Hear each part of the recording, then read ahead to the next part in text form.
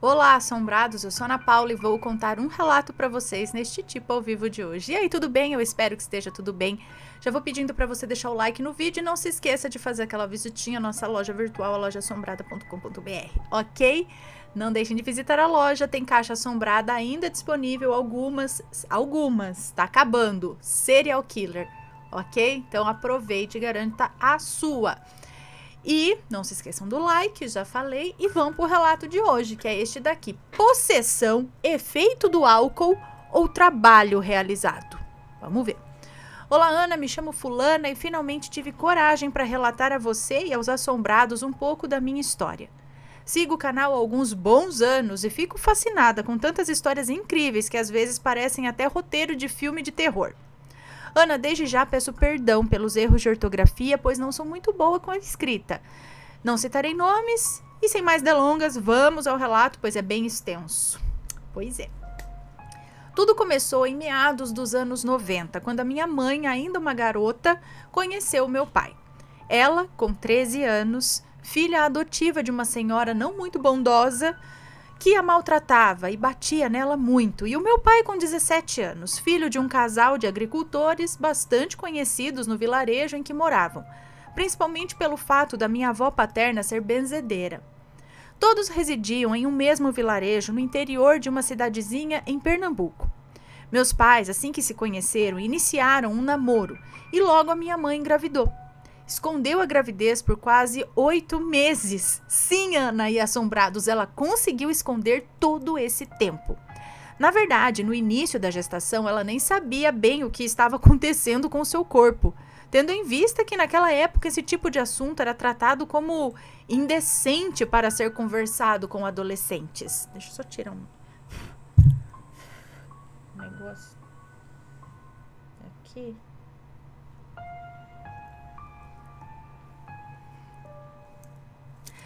Não conversava disso com criança nem adolescente. Bom, com o passar destes quase 8 meses e se dando conta do que realmente estava acontecendo, o meu pai resolveu levá-la para morar em sua casa juntamente com seus pais, os meus avós.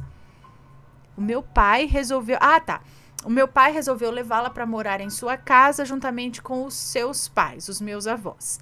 A minha avó materna, quando soube da gestação, mandou uma carta para minha mãe, informando que se soubesse que ela estava grávida dentro de sua casa...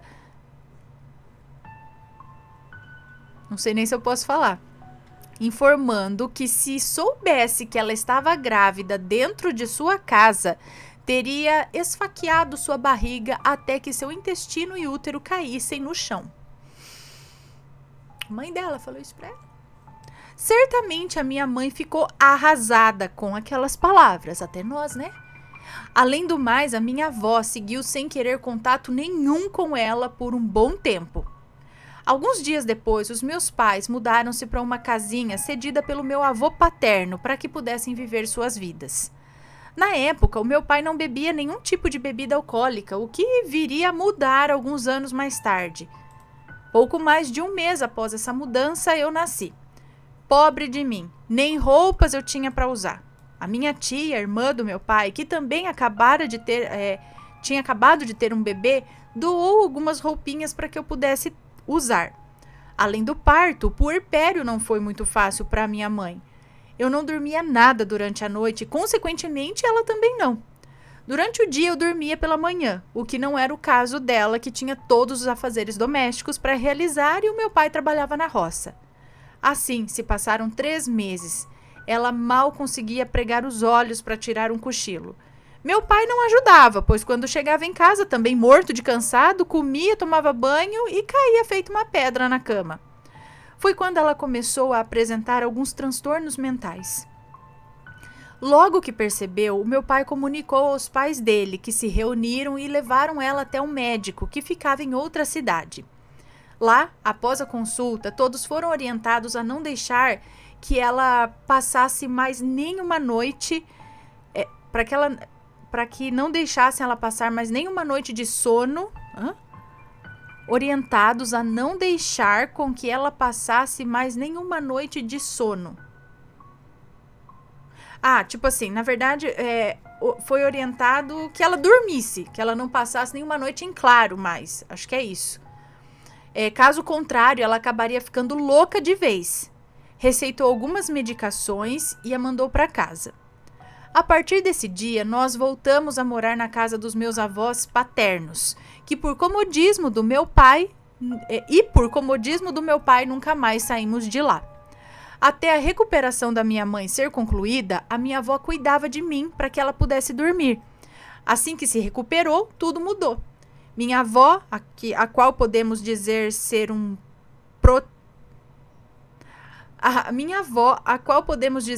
projeto bem feito de Maledite, caso que vou contar em um outro relato, a avó paterna também, começou a revelar quem realmente era. Vivia dizendo que eu não era filha biológica do meu pai, que minha mãe era uma qualquer e provavelmente já estava grávida quando se envolveu com ele. Mandava que ela fizesse todos os afazeres domésticos da casa, dentre outras coisas mais. E assim a vida foi seguindo. Quando eu estava com 7 anos, nos mudamos para uma cidade do interior pernambucano, onde se deu início uma nova fase de turbulências. Meu pai começou a trabalhar como motorista para um senhor que morava ao lado da nossa nova casa e se denominava macumbeiro. Até aí tudo bem, pois independente da religião dele ou do que fazia, não nos dizia respeito, né? E não tínhamos nenhum preconceito também, com exceção da minha avó, que abominava aquela prática. Após um tempo nesse emprego, ocorreu um desentendimento entre ambos, pois aquele senhor queria que existisse entre eles uma relação amorosa, a qual meu pai negou de imediato. Saiu do emprego e tudo parecia se seguir normalmente, até que começou a aparecer na porta da cozinha um rosário com 3 nós. O primeiro minha mãe encontrou e jogou fora. O segundo foi encontrado no mesmo local pela minha avó, que de imediato pegou aquele rosário, já imaginando de quem seria, levou até a casa daquele senhor e o entregou, dizendo: "Tome o rosário que o senhor deixou na minha porta." Sem reação, o homem o pegou e com um sorriso sem graça disse: "Acho que foi os cachorros que levaram para lá." Agradeceu a minha avó e entrou para casa sem querer mais papo. Houve um dia em que estava brincando na calçada da casa, que ficava em frente à nossa, e presenciei uma mulher, loira, alta, com cabelos presos, vestindo uma saia plissada na altura do joelho e uma blusa branca, saindo da casa desse senhor. Ela seguiu andando com um copo na mão, passou pela nossa casa e um pouco mais à frente deu meia volta e retornou. Assim que ela chegou bem na frente da nossa casa, ela jogou um copo de vidro com algum tipo de bebida dentro por cima da sua cabeça. Jogou o copo com a bebida assim por cima da cabeça. O copo despedaçou todo com o impacto no chão e, consequentemente, foi possível sentir um cheiro forte da bebida que estava dentro, que assemelhava-se à cachaça. Contei o ocorrido para minha mãe, mas não demos importância. Achávamos que era apenas mais algum trabalho rotineiro que ele estava realizando para um de seus tantos clientes fiéis, o que era comum de presenciarmos. Meu pai não conseguiu mais emprego. Até tentou por várias vezes, mas sem sucesso. Meu avô adoeceu com um grave problema cardíaco, precisou vender todos os seus terrenos e criações de gado que nos mantinham estáveis financeiramente, para realizar cirurgias e custear medicações que eram caríssimas. Passamos a viver apenas da aposentadoria dos meus avós. Meu pai não deixava minha mãe trabalhar e ele não conseguia emprego. Mudanças em seu comportamento começaram a surgir. Iniciou o seu projeto traição. Traía minha mãe com diversas mulheres. 2 anos se passaram. Eu agora com 9 anos e minha mãe com 22 anos. Engravidou da minha irmã. Uma gestação conturbada, pois tinha que conviver com o marido possessivo, as traições e a sogra maledite. Com o nascimento da minha irmã, começou também as bebedeiras do meu pai.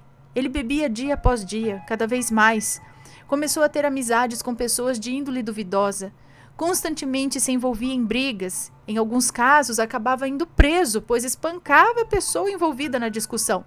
Ele quebrava mesas, cadeiras e o que mais encontrasse pela frente. Era o tipo de bêbado que ninguém podia olhar para ele, que já era motivo para grandes confusões. Devido ao envolvimento em tantas brigas e por influência dos amigos, entre aspas, passou a andar armado, com uma faca e posteriormente até com arma de fogo, o que fazia o nosso coração se afligir ainda mais. Meus avós acabaram gastando todo o restante dos seus bens pagando advogados para libertar o filho da cadeia. Até chegar o momento em que precisamos sair da cidade que morávamos para outra cidade com o intuito de evitar tragédia maior.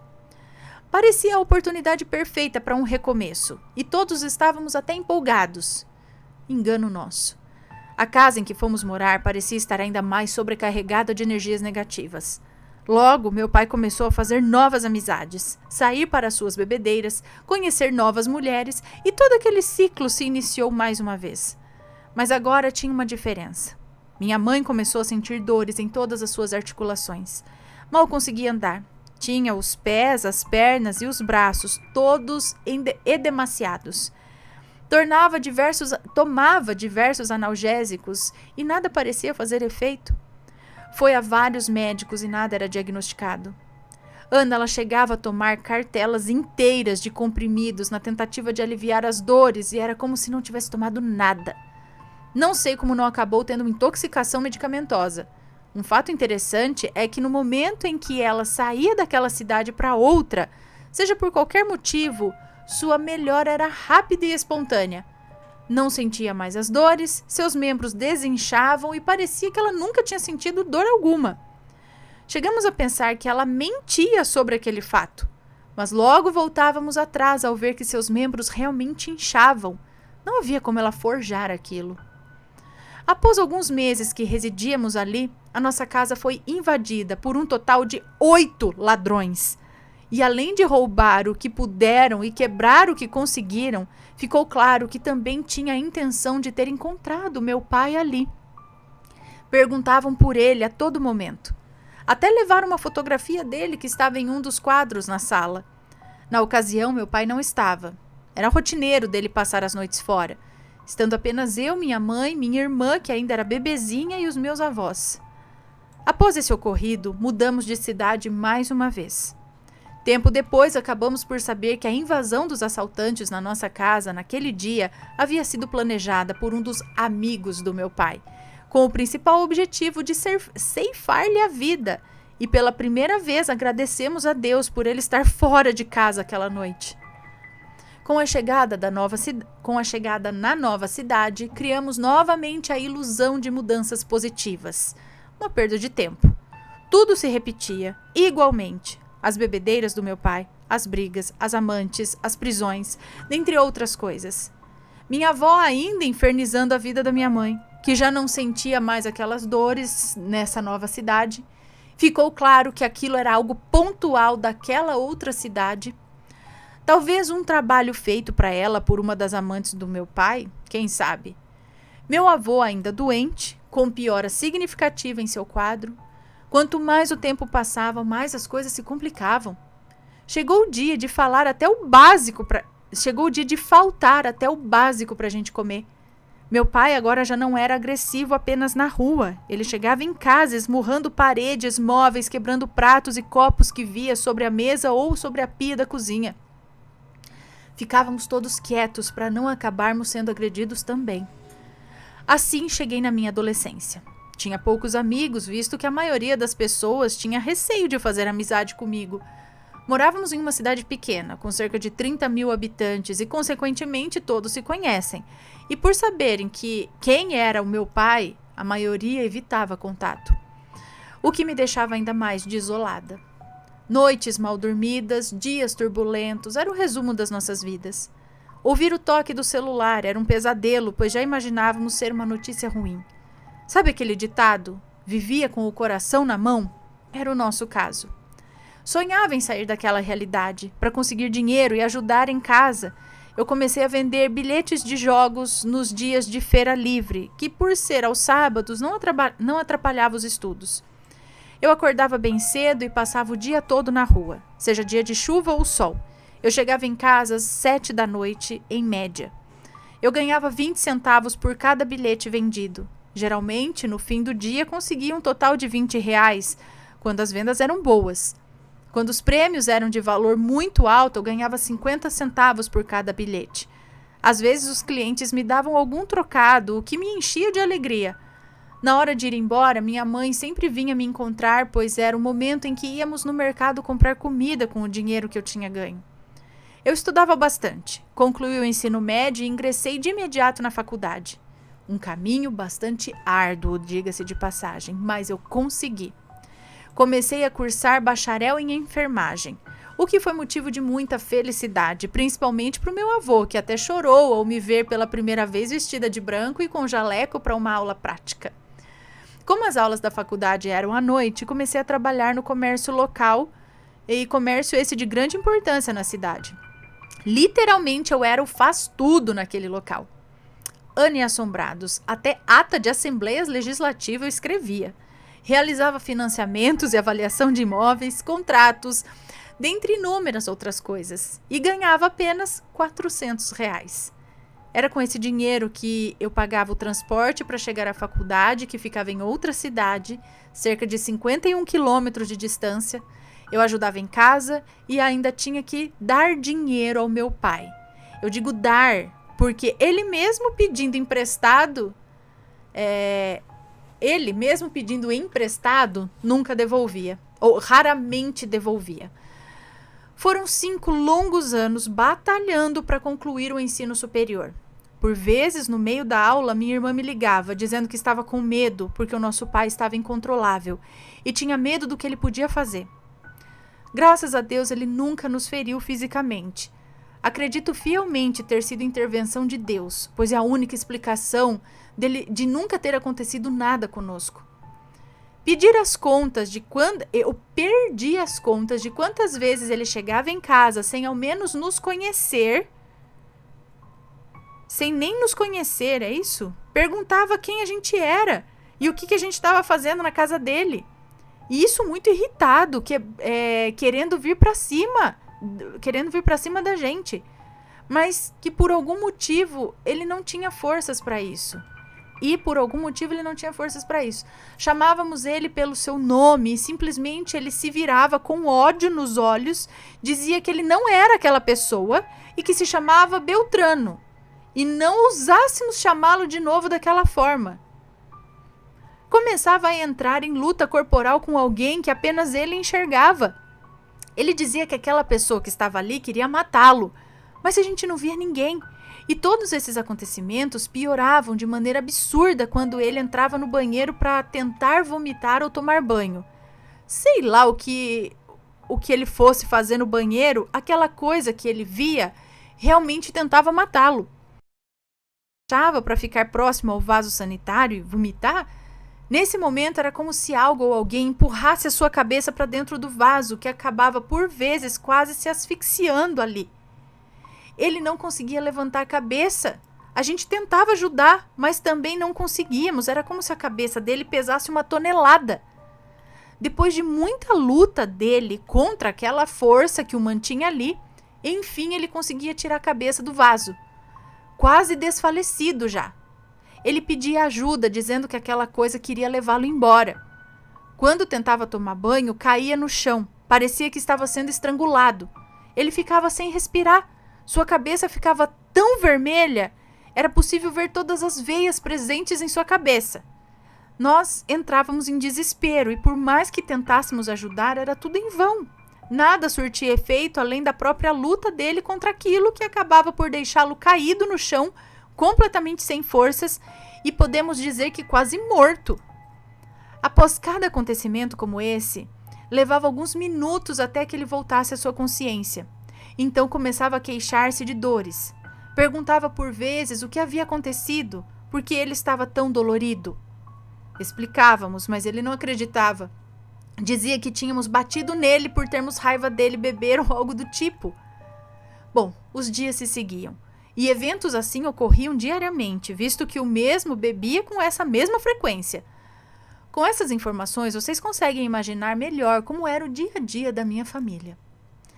Assim chegou o dia do falecimento do meu querido e amado avô. Ele faleceu em meus braços. Todos estávamos juntinho a ele naquele momento. Perdi ali uma grande parte do que me mantinha firme nessa caminhada. Com esse acontecimento, meu pai parou suas bebedeiras com a promessa de que não voltaria mais a beber, pois quem cuidava daquela casa já não estava mais entre nós. Por um momento pensamos que ele falava a verdade. Triste engano. Alguns poucos dias depois, lá estava ele chegando bêbado novamente. Enfim, chegou o dia em que realmente acreditei não ver mais o nascer do sol. Como fazia todos os dias, o meu pai iniciou sua bebedeira cedo. Ao chegar em casa à noite, sem reconhecer ninguém e dizendo ser o fulano, o Beltrano, sei lá, outra pessoa, fato que já estávamos até acostumados a presenciar, ele começou a ter as visões dele. E foi aí que a coisa piorou de vez. Ele enxergava aquele ser em mim e na minha mãe.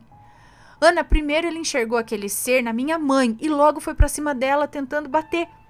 Ela correu, então ele a empurrou em cima de um espelho enorme que tínhamos pendurado na parede, fazendo com que caísse e quebrasse inteiro. Nesse momento eu corri até eles por puro impulso. Em querer defender minha mãe. E aí ele se virou para mim e viu em mim aquele ser. Corri para a cozinha e ele veio atrás. Inclusive pegou uma faca de cortar carne na gaveta. Eu corri para trás da mesa. Vendo aquela cena, minha mãe gritou e ele virou-se em direção a ela, que correu para o quarto. O quarto dela era uma suíte e no banheiro tinha uma outra porta que dava acesso à cozinha. Então, quando entrou no quarto, foi direto para o banheiro e saiu pela porta que dava acesso à cozinha. Enquanto isso, meu pai... ele esfaqueava com toda a força que ele tinha, com toda a força, o colchão da cama, dizendo ser ela. Em seguida, foi para o banheiro, quebrou toda a porta e os demais objetos que encontrou pela frente. Ele batia a faca na parede do banheiro, ainda achando que era alguém ali. E vocês devem estar se perguntando por que não corríamos para fora da casa? A gente não tinha como, pois quando ele chegou, pegou a chave e não sabíamos onde estava. Ele, já com as mãos cheias de sangue dos próprios cortes que acabava por fazer em si mesmo, quebrando as coisas e tal, veio novamente na nossa direção, que tentávamos nos esconder da forma que dava pela cozinha. Evitamos sair daquele cômodo porque minha avó estava na sala, o mais quietinha possível para que ele não a percebesse ali, e minha irmã estava escondida embaixo da cama do nosso quarto. Gente, que situação. E sabíamos que se fôssemos para um desses outros cômodos, ele poderia pegar elas e acabar acontecendo algo ainda pior. Nenhum dos vizinhos tentou ajudar em nada. Eu creio que pelo fato de ouvirem coisas do tipo diariamente, eles nem faziam mais nada. Eu clamava tanto por Deus nesse momento, eu gritava para que ele parasse com tudo aquilo. Eu chamava pelo meu pai na tentativa de que ele saísse daquele transe e visse que éramos nós ali, não alguém querendo o mal dele. Ele permanecia esmurrando o armário, a parede, a mesa, o que tivesse em sua frente. Nesse momento, por impulso, eu gritei: "Pai, para, pelo amor de Deus!" Nessa hora ele parou, apertou os olhos e me olhou fixamente, piscando várias vezes, como se estivesse com dificuldades para enxergar, e disse: "Fulana, minha filha, o que foi?" E logo em seguida já voltou aquele surto e tentou vir para cima de mim, mas não conseguiu acertar graças à proteção divina do Senhor. Ana, como disse anteriormente, ele machucou muito a mão, e o sangue que caía pelo chão, ele saiu lambendo tudo. Parecia um bicho faminto. Foi uma cena terrível de se ver. Ele passava a faca na língua e, de modo muito curioso, a faca não cortava a língua dele. Então ele se jogou no chão e ficava se contorcendo e lambendo o chão. A parede, as caixas de sapato que estavam espalhadas. Onde tinha sangue, ele saía lambendo tudo. Até que lá pelas 3:30 da manhã, ele deitou no chão da cozinha, vomitou e adormeceu. Senhor. Nesse momento, eu peguei o celular e comecei a tirar fotos dele e de tudo que ele tinha quebrado. No dia seguinte, ao rever as fotos que eu tinha tirado, percebi que em cada foto, junto dele, tinha uma mancha, uma sombra escura, como se estivesse saindo de dentro dele. A cada foto, essa sombra estava em uma posição diferente. Era como se saísse dele e seguisse para a parede, até que na última foto, a sombra estava bem acima na parede. Não arrumamos nada na casa, deixamos tudo quebrado e ele no chão onde ficou. Quando ele acordou no outro dia, não lembrava de nada que tinha acontecido. Perguntou quem tinha feito tudo aquilo e por quê. Mostrei as fotos para ele. Contamos mais uma vez tudo o que tinha acontecido. Ele ficou incrédulo e em silêncio por boa parte do dia. Depois me pediu para apagar aquelas fotos. O que eu não fiz, é claro. Acabei por perder as fotos mais tarde quando roubaram meu celular. Vivemos assim por muitos anos, sufocos e mais sufocos, até que uma amiga de muitos anos, sabendo de toda a luta e sofrimento da minha família, me convidou para ir a um local em que um padre muito sábio e conhecido aqui na região atendia as pessoas, revelando algumas coisas surpreendentes. Informei que não poderia ir, pois não tinha condições financeiras no momento para pagar a viagem. Ela então disse que me emprestaria o dinheiro e que quando eu pudesse eu pagava. Concordei e fomos. Junto comigo levei uma foto do meu pai. Chegando minha vez de ser atendida pelo padre, contei para ele as dificuldades que estava passando e em seguida mostrei a foto. Ele, ao vê-la, mudou sua expressão facial imediatamente. Saiu de uma face serena e tranquila para uma assustada e preocupada. Me disse que precisava falar com ele naquele momento. Eu expliquei que não seria possível, pois ele não estava ali, e que a gente morava em outra cidade razoavelmente distante. Mas ele continuava com o mesmo posicionamento e me pediu para que o trouxesse até ele o mais rápido possível, pois necessitava falar com ele urgentemente. Mas não me disse do que se tratava. Avisei a ele que seria uma tarefa bem complicada, visto que o meu pai detestava estar em igreja ou falar com padres. Dizia ser uma perda de tempo. Mesmo assim, ele me disse que o chamasse, pois ele viria sem questionar. Tá, então assim eu fiz. Ao chegar em casa e no momento que me foi possível, o chamei para ir com a desculpa de que o padre queria conversar comigo mais uma vez. O que, para minha surpresa e de todos da família, ele aceitou. Não tínhamos mais carro nessa época e ele deu um jeito de conseguir comprar um para que pudéssemos fazer essa viagem. Chegado o dia marcado, lá fomos nós.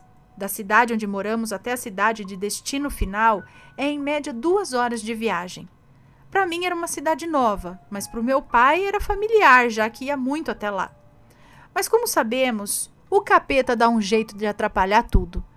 Ana, meu pai, que era motorista e acostumado com as estradas da vida, ficou perdido em uma rotatória bem no início da cidade. Ficamos dando voltas e voltas sem fazer ideia de como sair dali. Não sabíamos encontrar o caminho da igreja. Perguntamos a várias pessoas, mas todas nos ensinavam um caminho errado. E nisso já havia se passado cerca de 4 horas. E lembra que disse que o percurso duraria cerca de 2 horas? Pois bem, já chateado, ele disse que ia perguntar uma última vez e que se não conseguisse chegar, a gente ia embora. Nessa hora já estava aflita.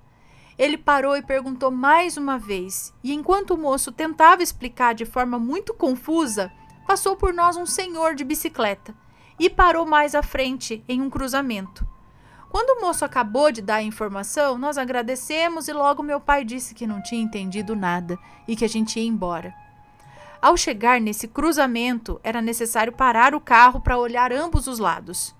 Quando o carro parou, o senhor na bicicleta ao lado disse: "O senhor deseja ir para onde?" Meu pai respondeu e logo o senhor começou a explicar por onde deveríamos ir. Mas igual às outras vezes, não estávamos entendendo nada. E o senhor voltou a pergunta: "Você não entendeu, né?" Meu pai disse que não. Então ele falou: "Venha, me siga, eu vou te levar até lá próximo." E assim fizemos. Ele saiu na frente de bicicleta e nós no carro atrás. Nos levou até certo ponto do caminho.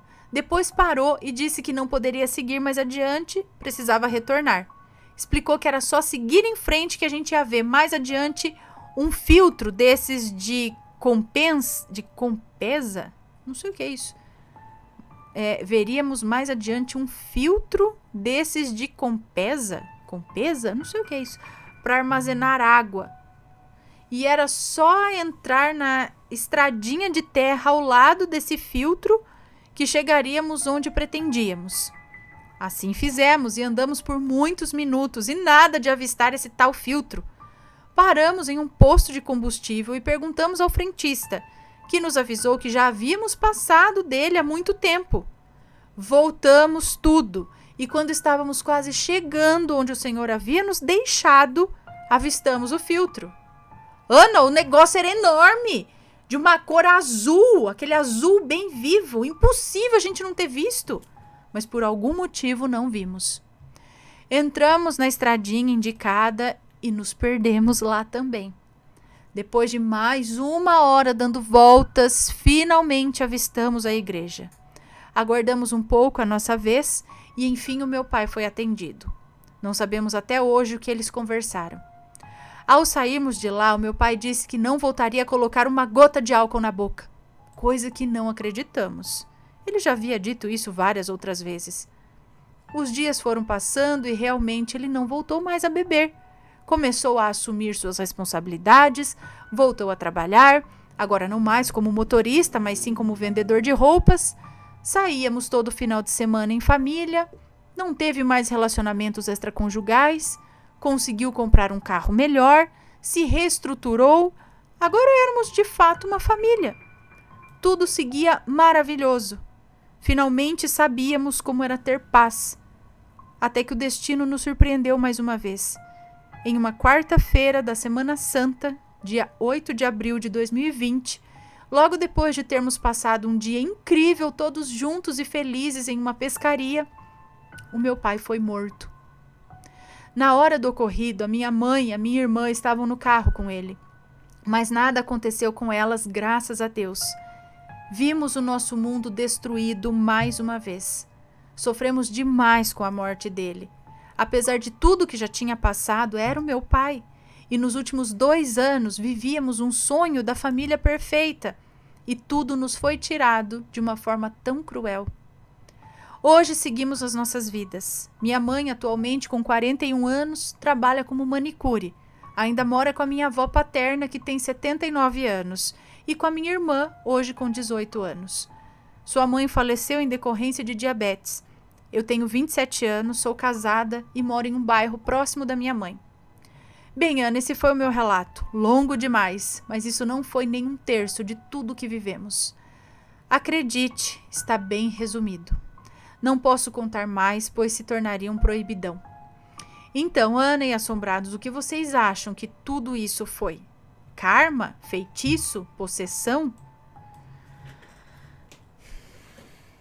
Nossa, eu acredito que tenha algum lance de possessão aí sim. Tinha coisa dentro do seu pai, que se aproveitava e ainda mais no meio da bebedeira, que ele começou a sair. Agora, como que isso começou? Eu até me perdi. Que ele começou, ele era um homem bom e tal, não era? Ele começou a mudar. Será que... Eu me perdi, gente, juro. Agora eu não lembro. É que eu tô contando vários relatos, eu tô gravando hoje. E aí começa a dar um nó na minha cabeça que eu não começo a confundir os relatos. Achar que eu tô falando de um, na verdade eu tô falando do outro que eu li antes. Mas... ele começou aquela, ó. Não, cadê?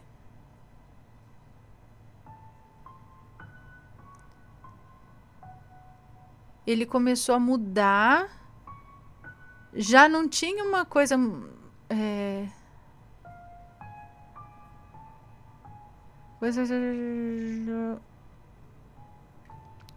Agora, então, não tô sabendo aqui, mas... será que alguma amante que ele teve acabou fazendo alguma coisa para ele? Será que foi alguma outra pessoa, alguma outra desavença aí que que fez e mandou alguma coisa pra ele, e aí junta com a bebedeira, com as traições, com não sei o que lá, essa coisa vinha e tomava conta, porque claramente ele se denominava por outro nome, isso não é só efeito do álcool, eu acredito que não. Como que isso foi surgir, foi parar na vida dele, né? Esse comportamento aí dele lamber o sangue e tal, e depois não lembrar, e depois voltar e ver. Tem coisa aí. Mas não podemos dizer o que, né? Mas que. E eu já vi história assim. Essa não é a primeira que eu vejo nesse sentido. Eu já vi algo bem parecido. E realmente a gente fica pensando se tem uma possessão, digamos, uma possessão, alguma coisa. Agora, se é de trabalho feito, tudo, a gente não sabe. E o que aconteceu? O que aquele padre, o que aconteceu ali? Que depois ele mudou. Será que o padre tirou isso dele, meio que fez um exorcismo ali? E deu certo, né? Só que, provavelmente, que ele foi morto por coisas, talvez, lá do passado, que ele sempre arranjava turbulência, né? Então, talvez tivesse várias inimizades, que a hora que um achou oportunidade... E não sei se foi isso, tá? Porque ela não fala se foi algo premeditado ou não, mas triste.